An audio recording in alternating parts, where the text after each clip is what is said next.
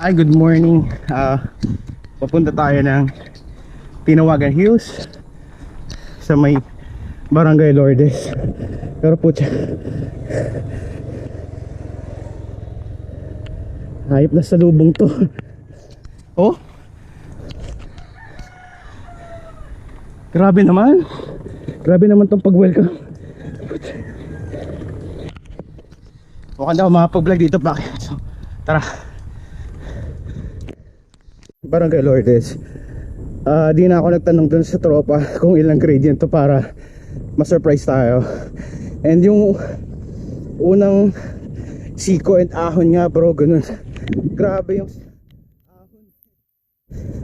Parang yung siko sa mga siko sa sungay. So titingnan pa natin kung ano pa meron dito. Tara. This is a tricycle. Hindi, motor.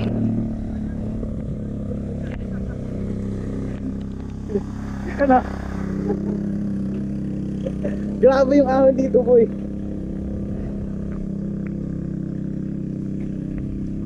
Pangalawang siko. Tapos kala ko okay na. Ayan oh. Pati yung motor na hirap-hirap oh. Oh, mukhang mahaba-haba pa tong aahunin natin. Pangalawang siko. Sagad. Di ko alam kung ilang percent yung gradient nito, pero sobrang hirap, promise. Sagad na naman yung gear natin, oh. Yan, oh.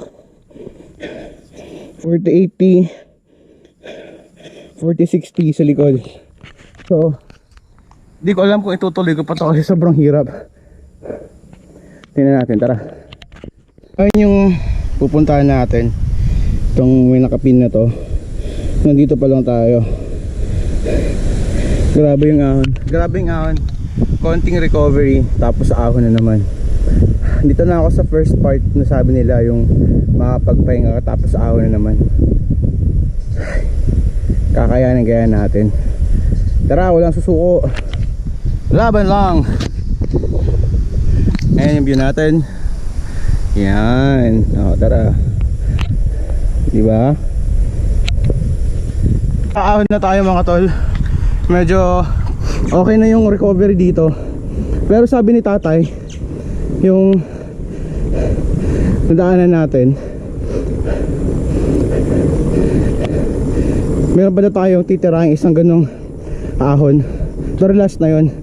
So di ko alam kung anong klaseng last na yun kasi sanay na sanay sila dito. So tara. Ayan o. Hindi nadaanan natin. Alang-alang sa magandang tanawin. Maghihirap tayo. Ay, Diyos ko po.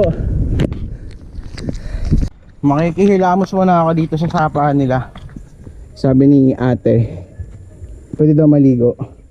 Kung meron lang na pwedeng langoyan dito, lalangoy talaga ako para ma-freshen up. Parang linaw ng tubig tolo. Tingnan mo. Shit. Ganda.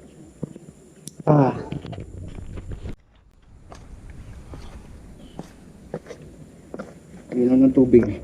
So hilamas tayo. Uy, malamig.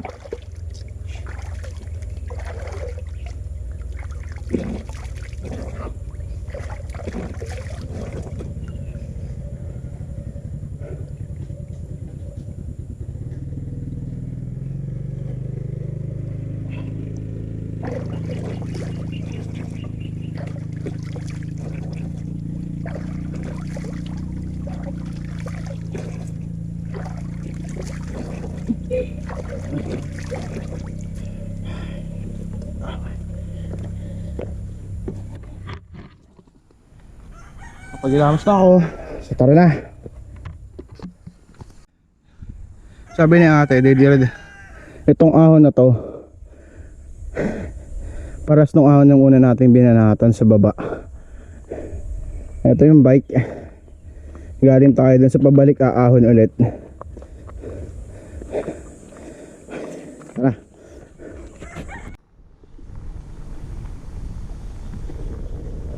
Ayun mga tol, May nakakwento na ako kaninang lokal dito. So nakinunan kasi para sa privacy nila. Pero sa tinanong ko kung saan sila pupunta, doon pa daw sa bayan. Ibig sabihin, lalakarin lang nila simula doon. Dito, dyan lang sa unahan. Hanggang doon sa may mga inahunan natin. Umaga hapon daw niya ginagawa yun. So isipin mo, 75 years old. Tapos nilalakad lang yung mga inahunan natin every morning and afternoon. Ganon sila kalakas dito, pre. Samantalang tayong bata ba, nakabike pa oh. Oh my gulay. Hirap man. Pero malapit na daw.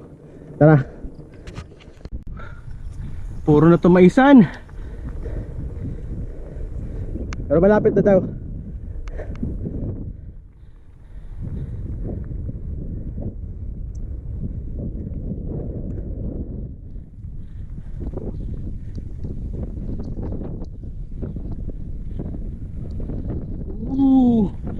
Let's go! Kita nyo yan? Yan? Yan yung pinaghirapan natin. Woo!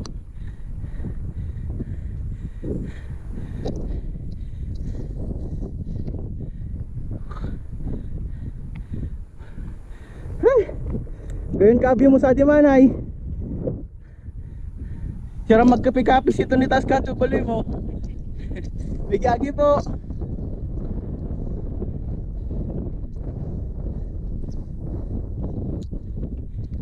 Woo!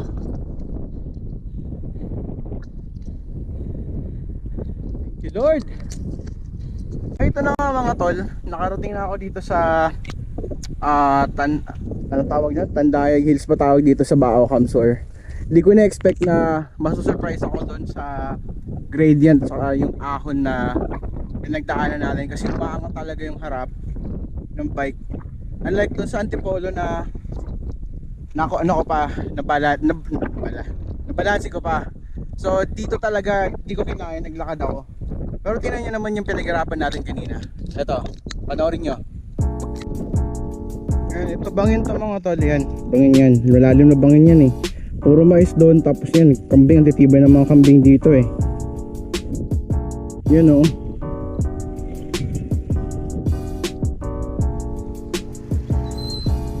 Ito yung bike natin.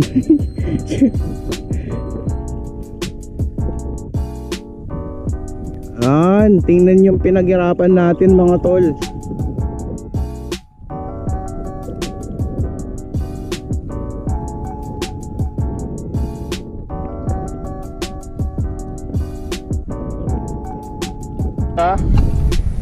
Sulit yung pinaghirapan nating ahon sa tulak. Sarap dito tumambay kaso ulan na. Ayun na yung ulan. Yes!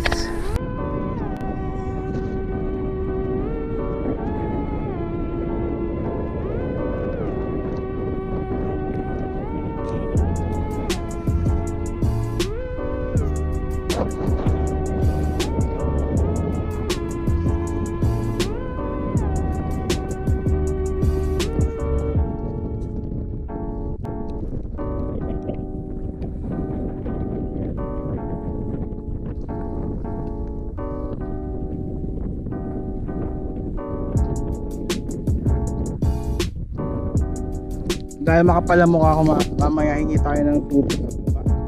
Wala akong tubig eh. Ito yung view nung ano, isa pa sa magandang view pala. Tapos pagkahirap-hirap.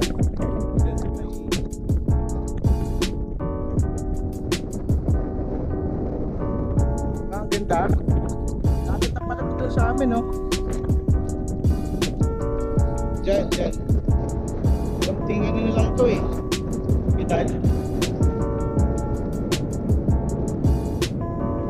Lakas ng hangin mga tol. Yun o.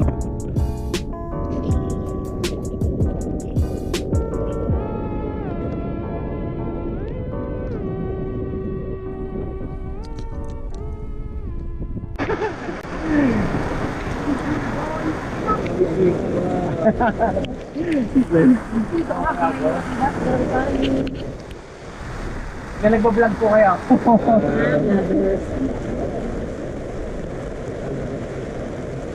Sa mga to, nakisilong ako dito, sabi ng mga lokal dito, ano daw. Ito na daw yung ano to, pinawagan beans. Kasi nabutan kami ng ulan. So, ito nakasilong ako sa ano nila, sa kubo. Lakas ng ulan. Baka uli-uli ko naman po kaya sa Bicol. Na-permit po kaya ako sa Manila.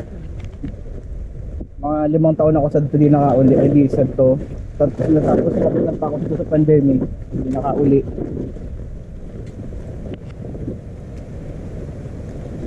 Saan agad?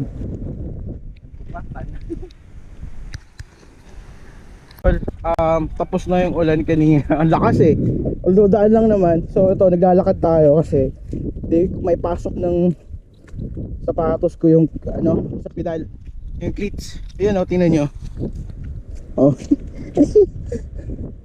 Sobrang ano, kapit ng putik dito ang lagkit. Pero sarap. Kapit ko yung mga lokal dito kasi hindi ko na kinuha na masyado ng video kasi nahiya na ako. So sabi nila pwede daw ditong mag overnight. Dala lang ng tent. Safe naman daw dito. So walang bayad, may donation lang. Siguro magkano yung bibigay nyo. Pero wala siyang bayad. Ang lamig, lakas ng hangin. Madami daw ditong pumupunta. So tara, uwi na ako. So dito na lang muna yung vlog na to. Salamat sa panunood. Yung mga nagpaplanong umakyat dito, tara, sabihan nyo ako. Ay, mga tropa kong Bicolanong nagbabike na nandito sa Bicol, tara, banatan natin to. Grabe, putik oh. Ay. Tapos ng ulan. Ayan yung view.